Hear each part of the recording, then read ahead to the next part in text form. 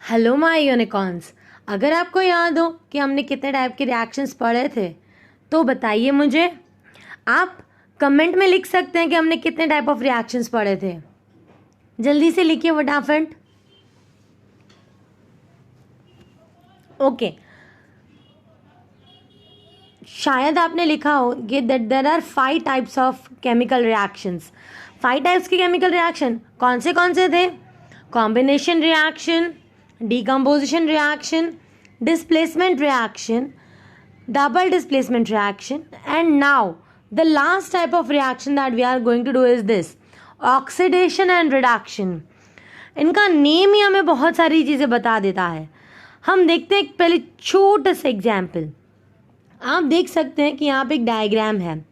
इस डायग्राम में आप देख सकते हो कि एक वायर गॉज है यहाँ पे, और वो वायर गॉज है वो ट्राइपॉड स्टैंड के ऊपर पूरा सेटल्ड है, और यहाँ पे बंसन बर्नर है। इसके अंदर चाइना डिश में हमने रखा है कॉपर पाउडर, और हम इसे जला रहे हैं कॉपर पाउडर को with the help of this burner. अब होता क्या है, कॉपर है वो क्या करेगा, वो ऑक्सीजन के साथ रिएक्ट करेगा जो एटमॉस्फेयर में प्रेजेंट है, और कॉपर किस में कन्वर्ट हो जाएगा, into copper oxide. Here copper will colour into copper oxide, और कॉपर का कलर है जो पहले रेडिश ब्राउन था। Okay, you can C over here उसका कलर क्या है, रेडिश ब्राउन, वो हो जाता है ब्लैक। ओके, वो काड़ूभा हो जाता है। कौन? तो कॉपर।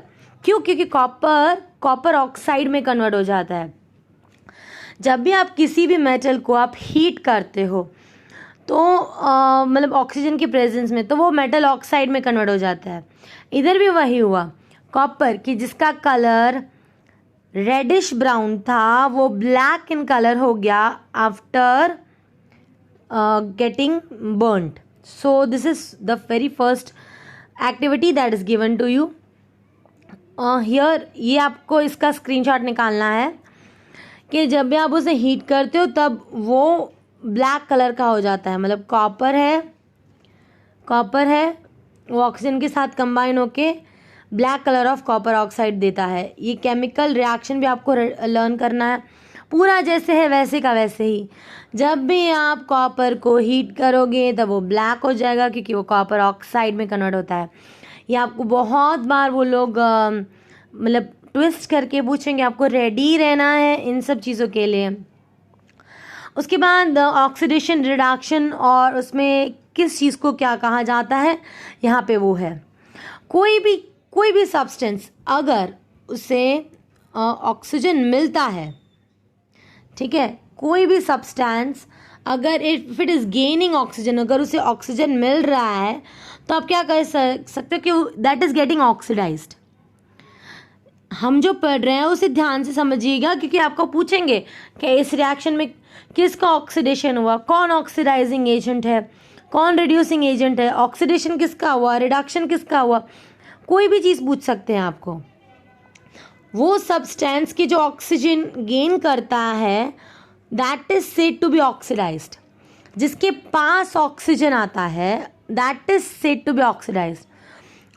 और जो ऑक्सीजन को लूज करता है वो खुद क्या होता है, रिड्यूस्ड। अभी जो ऑक्सीजन लूज करता है मतलब उसके पास पहले ऑक्सीजन था, वो बाद में लूज करता है मतलब उसका खुद का रिडक्शन हुआ, पर वो एजेंट कैसा है, ऑक्सीडाइजिंग एजेंट। ठीक है, ये थोड़ा आपको समझा रही हूँ मैं। जैसे कि for example let me give you one example. ऐसा है zinc ZnO, zinc oxide plus copper carbon, sorry, ये एक रिएक्शन है। तो इसमें क्या होगा, what will you get, you will get Zn plus CO। आपको जिंक और कार्बन मोनोऑक्साइड मिलेगा। अभी इधर ऑक्सीजन किसके पास है, तो ऑक्सीजन जिंक के पास है। तो this is what, this is oxidising agent. पर ऑक्सीडाइजिंग एजेंट ने अपना ऑक्सीजन यहाँ पे लूज किया, इसीलिए वो खुद रिड्यूस हुआ। जिसके पास ऑक्सीजन होता है और वो दान में दे देता है, वो खुद क्या हुआ, उसके पास से तो ऑक्सीजन चला गया, मतलब वो खुद क्या हुआ, रिड्यूस। ये कॉपर है, उसके पास कोई ऑक्सीजन नहीं था और उसने कार्बन है और उसने ऑक्सीजन गेन किया, तो उसका खुद का क्या हुआ, ऑक्सीडेशन। तो वो सब्सटेंस, ओके, ये याद रखिएगा, ZnO plus C gives Zn plus CO। So substance that gains oxygen, और हमने अभी जो एग्जाम्पल लिया ZnO प्लस कार्बन वाला, तो उसमें गेन कौन कर रहा है ऑक्सीजन, कार्बन, तो उसका क्या हुआ, oxidation, it is said to be oxidised. Substance that loses oxygen, lose कौन कर रहा है, जिंक, उसका क्या हुआ, reduction. If one reactant gets oxidized while the other gets reduced during the reaction, then that type of reaction is called as redox reaction। मतलब दोनों oxidation और रिडक्शन दोनों ही एक ही इक्वेशन में हो। रिडक्शन मतलब क्या, रिडक्शन मतलब ऑक्सीजन चला जाना, ये सिर्फ ऑक्सीजन के साथ नहीं, हाइड्रोजन के साथ भी होता है। मतलब आप इससे सिर्फ ऑक्सीजन के साथ नहीं, हाइड्रोजन के साथ भी कंसर्न कर सकते हो, पर उल्टे तरीके से। अगर ऑक्सीजन आए या हाइड्रोजन जाए तो वो क्या है, एक ऑक्सीडेशन रिएक्शन। फिर से मैं कह रही हूँ, ऑक्सीडेशन रिएक्शन मतलब क्या, ऑक्सीडेशन रिएक्शन मतलब ऑक्सीजन आया या हाइड्रोजन गया, दोनों में से कोई एक चीज़, ओके। कौन आएगा, एंट्री किसको मिलेगी, ऑक्सीजन को, एग्जिट किसको मिलेगी, हाइड्रोजन को, तो वो क्या हुआ, ऑक्सीडेशन रिएक्शन। रिडक्शन रिएक्शन वो उसका उल्टा, यहाँ हाइड्रोजन जी आएंगे और ऑक्सीजन विल बी रिमूव्ड, दोनों में से कोई भी एक चीज़ होगा, ओके। अगर हाइड्रोजन आता है या ऑक्सीजन चला जाता है तो उसको क्या बोलते हैं, रिडक्शन रिएक्शन। और दोनों ही एक साथ हो, ऑक्सीडेशन और reduction, and that are called as the redox reaction, okay. उसको क्या बोलते हैं, रेडॉक्स रिएक्शन। इधर एक और आपको एग्जाम्पल हाइड्रोजन के फॉर्म में दिया हुआ है। If a substance gains oxygen और loses hydrogen then it is getting oxidised, okay. Oxidation किसका होता है, कि जिसके पास ऑक्सीजन हो, जो ऑक्सीजन लेगा या हाइड्रोजन दे देगा वो खुद ऑक्सीडाइज होगा। उसकी ऑपोजिट, या ऑक्सीजन दे दे और हाइड्रोजन ले ले तो वो खुद क्या होगा, reduce. So this is how the oxidation and reduction reaction occurs. उसके बाद थियोरी वाइज अगर देखा जाए तो ये एक लास्ट कंटेंट है, उसके बाद हम main core concept of this particular lesson लेंगे। अब ये पर्टिकुलर वर्ड कोरोशन तो आपने सुना ही होगा। कोरोशन मतलब क्या, तो काट खाई छवू, that is generally called in Gujarati. तो कोई भी चीज़, कोई भी मेटल अगर वो एयर, वाटर, मॉइस्चर या किसी भी एसिड के टच में आता है, उसके कांटेक्ट में आता है, तब वो अपनी शाइननेस लूज कर देता है। इस प्रोसेस को क्या कहते हैं, कोरोजन। कोई भी मेटल, व्हेनेवर एनी मेटल, यहाँ पे क्या लिखा हुआ है, इधर लिखा हुआ है whenever any metal it is getting attacked by a substance around it, and because of which it is losing its shyness, then it is called as the corrosion। तो corrosion है बेसिकली, अगर देखा जाए तो जैसे इधर दिया हुआ है कि black coating on the silver, अगर बहुत ज़्यादा देर तक सिल्वर के ऑर्नामेंट्स पहन के रखेंगे तो उसके ऊपर ब्लैक कलर की कोटिंग हो जाएगी, ये गोल्ड में नहीं होती है, ठीक है। And green coating on copper, ये तो बहुत कॉमनली आपने अपने घर पे देखा होगा कि आपके घर पे जो पानी चढ़ाने का लोटा वोटा होता है, ओके, कॉपर का मोस्टली होता है, और उसे साफ़ करने के लिए जनरली नींबू यूज़ करता है, क्यों, क्योंकि वो थोड़ा उसका कलर है वो फेड हो जाता है, बहुत ज़्यादा वो डार्क ब्राउन हो जाता है, फिर आप उससे घिसते हो। कॉपर के मटके भी अभी बहुत कॉमनली सब जगह चल रहे थे बीच में, मतलब ऐसे बहुत ट्रेंड निकला था, फैशन निकला था कॉपर के मटकों का भी। ये बहुत उनका कलर है वो लाइट ब्राउन जैसा होता है, बट ऑक्सीडेशन होके फिर और उनका कोरोजन हो जाता है और वो थोड़ा डार्क ब्राउन में कन्वर्ट हो जाते हैं। फिर वापस से आप नींबू या ऐसे चीज़ें लगाओ दो तो उनका वो आउटर लेयर है वो रेजिस्ट निकल जाता है। सो दैट इज़ व्हाट, वो कोरोजन है। Corrosion can cause the damage to car bodies, bridges, iron railings, ships, and all the things that are made up of of metals that are specially made up of iron. हर साल करोड़ों का नुकसान हम भुगतते हैं, किसकी वजह से? तो कि कोरोजन की वजह से। एक केमिकल प्रोसेस कि जिसमें स्लोली कोई भी मेटल है, अगर वो आप ओपनली एयर में रखते हो तो उसके मतलब आजू बाजू जो रस्ट क्रिएट हो जाता है, देन दैट इज़ कोरोजन। सो हर चीज़ जो आयरन की बनी हुई है, अब आपको पता है कि कार की बॉडीज़ हैं वो भी आयरन की बनी हुई हैं, ब्रिज, आयरन रेलिंग्स, शिप्स, सब आयरन की लगभग बनी हुई होती हैं। तो ये सब है वो कोरोजन की वजह से हमें दिक्कत होती है, काफ़ी भारी मात्रा में, ज़्यादा प्रोपोर्शन में हम we are losing our money because of corrosion. इधर आप देख सकते हो कैसे एक here you can see the substance that is turning its colour from grey to reddish brown. आप देख सकते हैं कैसे हो रहा है, ये धीरे धीरे ऐसे हो जाता है, and this is called as corrosion. उसके बाद नेक्स्ट पर्टिकुलर टॉपिक है रैंसिडिटी। रैंसिडिटी मतलब क्या? तो बड़ा आसान सा कंटेंट है ये रैंसिडिटी वाला। रैंसिडिटी में एक्चुअली है क्या? आप लोग सब ने फूड पैकेट्स तो खाते ही होंगे, स्पेशली बालाजी के, Lay's, these are the most common food packets. अभी ये जो सारी चिप्स हैं या कुछ भी आप खाते हो, वो आपको पता है कि वो जनरली आप मतलब फूड पैकेट्स हैं वो टोटली पैक्ड होते हैं, और आप जब उसे फोड़ते हो तो उसमें से थोड़ा हवा निकलती है, ठीक है, वो थोड़ा ऐसे फुलाए हुए होते हैं। अब वो फुलाए हुए क्यों होते हैं? नाइट्रोजन गैस की वजह से। वो chips, these are this kind of chips, they are flushed with nitrogen. ऐसा क्यों किया जाता है? इसीलिए किया जाता है ताकि उनका ऑक्सीडेशन ना हो। अभी उसका भी ऑक्सीडेशन होता है, हाँ उसका भी ऑक्सीडेशन होता है। जो भी अगर आप कोई भी चीज़ है, नॉर्मली अगर आप घर पे ट्राई कीजिएगा, ये घर पे चिप्स बना के आप वो चिप्स ऐसे ही रख दीजिएगा 4-5 दिनों के लिए, आप खुद देखोगे कि वो उस तेल छोड़ने लगेगी, उसमें से स्मेल थोड़ी अलग आने लगेगी। या आपने काफ़ी सारे फूड पैकेट्स में आपने ये ट्राई किया होगा। ओके, आपको ये भी पता है कि आपके घर पे आपकी मम्मी आपको खाना बना के मोस्टली अगर डब्बे में पैक करके देती है तो वो एल्यूमिनियम फॉइल यूज़ करती है। ओके, फूड पैक करने के लिए करती है, नहीं करती है? याद करने की कोशिश करो। Yes, why? वो क्यों करती है? क्योंकि एल्यूमिनियम है, वो भी हेल्पफुल होता है कि वो कोरोजन से रेजिस्ट करे। इसीलिए वो आउटर लेयर है वो खुद ऑक्सीडाइज हो जाएगा और प्रोटेक्टिव कवर बनाएगा, और मतलब ये उसका ऑक्सीडेशन नहीं होने देगा। तो जब भी कोई भी फैट्स या ऑयल्स उनका ऑक्सीडेशन होता है, तब they become rancid and their smell and taste change. Smell उसकी और टेस्ट दोनों ही चीज़ें चेंज हो जाती हैं। Usually the substance which prevent oxidation, these are called as antioxidants, and जैसे कि नाइट्रोजन एसिड्स हम यूज़ करते हैं।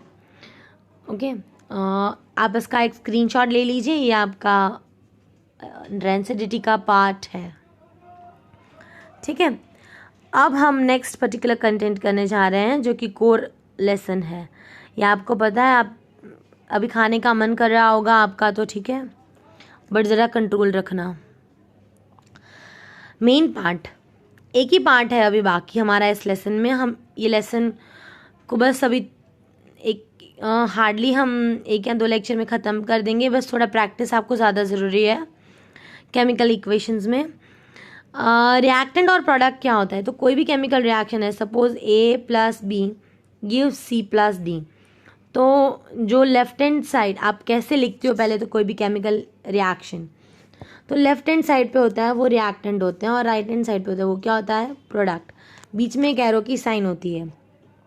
एरो की साइन के ऊपर आपको काफ़ी सारे चीज़ें ठूसने की आएंगे, जैसे कि टेम्परेचर है, प्रेशर है, कैटलिस्ट है, एंजाइम है, कितने घंटे तक रखा है, ब्ला ब्ला ब्ला ब्ला ब्ला, कि ये कंडीशंस फुलफिल्ड होंगी ना तो ये केमिकल रिएक्शन होएगा, वरना ये केमिकल रिएक्शन किसी हालत में होएगा नहीं। तो ये जो केमिकल इक्वेशंस हैं उसके बारे में आप पता कर सकते हैं. सो this is all about it.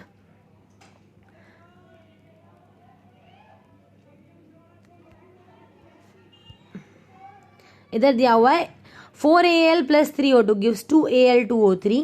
अभी एल्यूमिनियम है, ऑक्सीजन है और एल्यूमिनियम ऑक्साइड बनता है. आपको देखो कलर भी देख सकते हो आप एल्यूमिनियम ऑक्साइड का. वो इधर ऊपर इधर बोलेंगे कि ये क्या है तो के रिएक्टेंट, फिर ये क्या है राइट हैंड साइड पे तो के प्रोडक्ट. राइट. अभी S, G और L ये हम क्यों लिखते हैं, बहुत इंपॉर्टेंट पार्ट है ये friends. S stands for solid, G for gaseous, L for liquid. ये तो आपको पता ही है. AQ एक्वियस भी हमने बहुत बार पढ़ा है. एक्वियस मतलब क्या, कुछ नहीं, पानी वाला. ओके, भू ना की दिदू होए, पानी ना की दिदू होए, तो what it is called as aqueous. So that is about it. The numbers in the front are called as stoichiometric coefficient. Okay, here they have said कि जो आगे नंबर दिए हुए हैं ये 2, 3, 4 वो क्या है, तो उनके कोएफिशिएंट्स हैं. अभी हम सीखेंगे कि इसे बोला कैसे जाता है. कुछ लोग ऐसा बोलते हैं that 4 gram of aluminium and 3 gram of oxygen they yield 2 gram of Al2O3 that is aluminium oxide. कुछ लोग ऐसा बोलते हैं बट ये गलत तरीका है बोलने का. बोला ऐसे जाता है. अभी भी इसमें थोड़ी मिस्टेक है. 4 aluminium atoms plus 3 oxygen molecules. आप देखिए किस तरीके से लिखा गया है और किस तरीके से बोला जा रहा है. अकेला एल्यूमिनियम एक ही है इसीलिए उसे एटम कहा गया है. ये 2 हैं इसीलिए इसे मॉलिक्यूल कहा गया है. एटम और मॉलिक्यूल में आपको फ़र्क पता होना चाहिए बेटा. 2 या 2 से ज़्यादा हो तो आप उसको मॉलिक्यूल ही बोलते हो.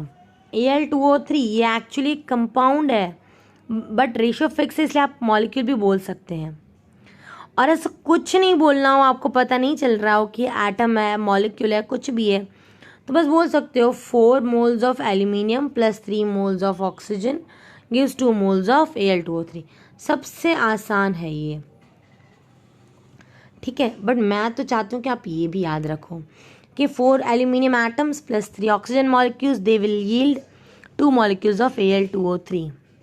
इसमें ग्राम में आप नहीं बोल सकते हो, ये बिल्कुल गलत तरीका है बोलने का. ठीक है, कभी बोलोगे तो लोग बोलेंगे कि इतना भी नहीं आता. ठीक है, तो थोड़ा सा ध्यान रखना बोलते वक्त. 4 aluminium moles plus 3 oxygen moles they will yield to 2 moles of Al2O3. इधर उसका मॉलिक्यूलर मास दिया हुआ है. एक एल्यूमिनियम का 27 है, एक ऑक्सीजन का 32 है और Al2O3 का 102 है. ये हम मैं आपको अभी सिखा रही हूँ. That is law of conservation. Chemical equation. Because the same atoms are present in the reaction in the beginning the amount of the matter does not change. अभी इसका क्या मतलब हुआ, इसका मतलब ये हुआ कि कोई भी केमिकल रिएक्शन आप ले लो, कोई भी. ठीक है, जैसे कि C plus O2 gives CO2.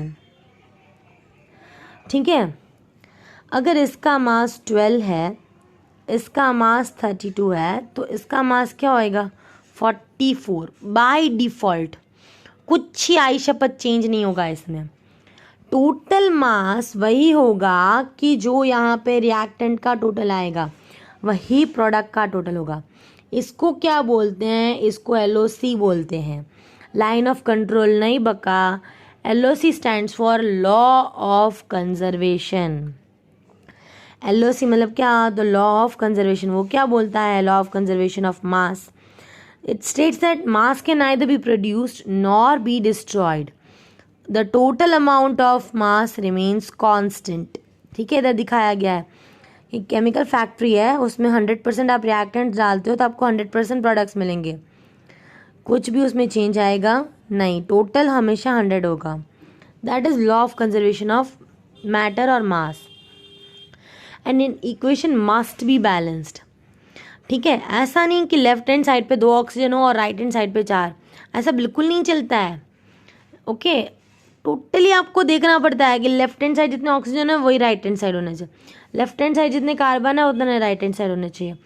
अभी कभी अगर नहीं भी हो तो आपको एक जैसे करने पड़ेंगे और उससे कहते हैं बैलेंसिंग। अभी हम बात करेंगे कि actually what are the characteristics of chemical equation. Equation must represent the known facts. ऐसा अचानक से आपको इक्वेशन खुद ही नहीं बना सकते हो, बहुत सारे बच्चे ऐसा करते हैं, लास्ट मोमेंट पे कुछ याद ना आए तो खुद ही इक्वेशन ठोक के आते हैं। अबे ये हो ही नहीं सकता है, आप खुद मन से मन धड़क इक्वेशंस भी मैंने देखे हुए हैं, और मैं रिक्वेस्ट करती हूँ कि आप लोग ऐसा ना करें। It must represent a known fact and the equation must contain the correct formulas of the reactants and products. अगर आपको बोला है एल्यूमिनियम ऑक्साइड लिखो तो you have to write it compulsory as Al2O3। आपको ये ध्यान रखना है कि L स्मॉल होना चाहिए, आप L कैपिटल नहीं लिख सकते हो, सेकेंड L। फिर ये जो 2 और 3 एटम के नीचे आता है वो हमेशा नीचे आता है, आप एल्यूमिनियम के पास में 2 नहीं लिख सकते हो। और कभी आपको 2 मोल्स लिखना है तो वो उसके आगे आता है नंबर। ठीक है, मैं आपको अभी जब बैलेंसिंग सिखाऊंगी तो मैं आपको ये करा दूंगी। And law of conservation of mass must be satisfied. अभी law of conservation of mass क्या पढ़ा हमने बेटा, that mass can neither be created nor be destroyed, total amount of the mass remains constant during any chemical reaction. कोई भी chemical reaction क्यों ना हो, total amount of matter remains conserved, mass remains conserved. Okay, ये है law of conservation of मास।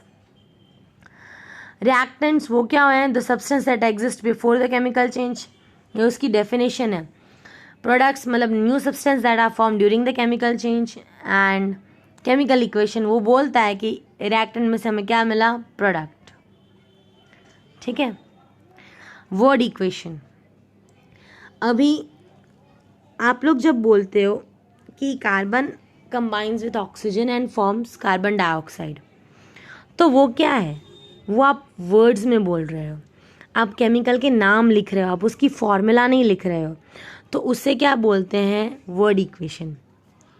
याद करने की कोशिश करो, मैं आपको एक बार दिखा देती हूँ, मैंने ऐसे लिखवाया भी था ऐसे एक बार आपको। एक ही मिनट होल्ड करो, मैं आपको दिखाती हूँ कब दिखाया था मैंने आपको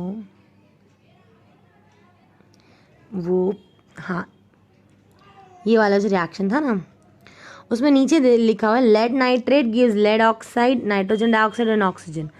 तो नीचे वाला जो पार्ट है ना बेटा, जो नीचे रेड कलर का पार्ट है, आप ये देख सकते हो, वो वाला पार्ट है वो वर्ड इक्वेशन है, और ऊपर जो लिखा हुआ है that is a chemical equation.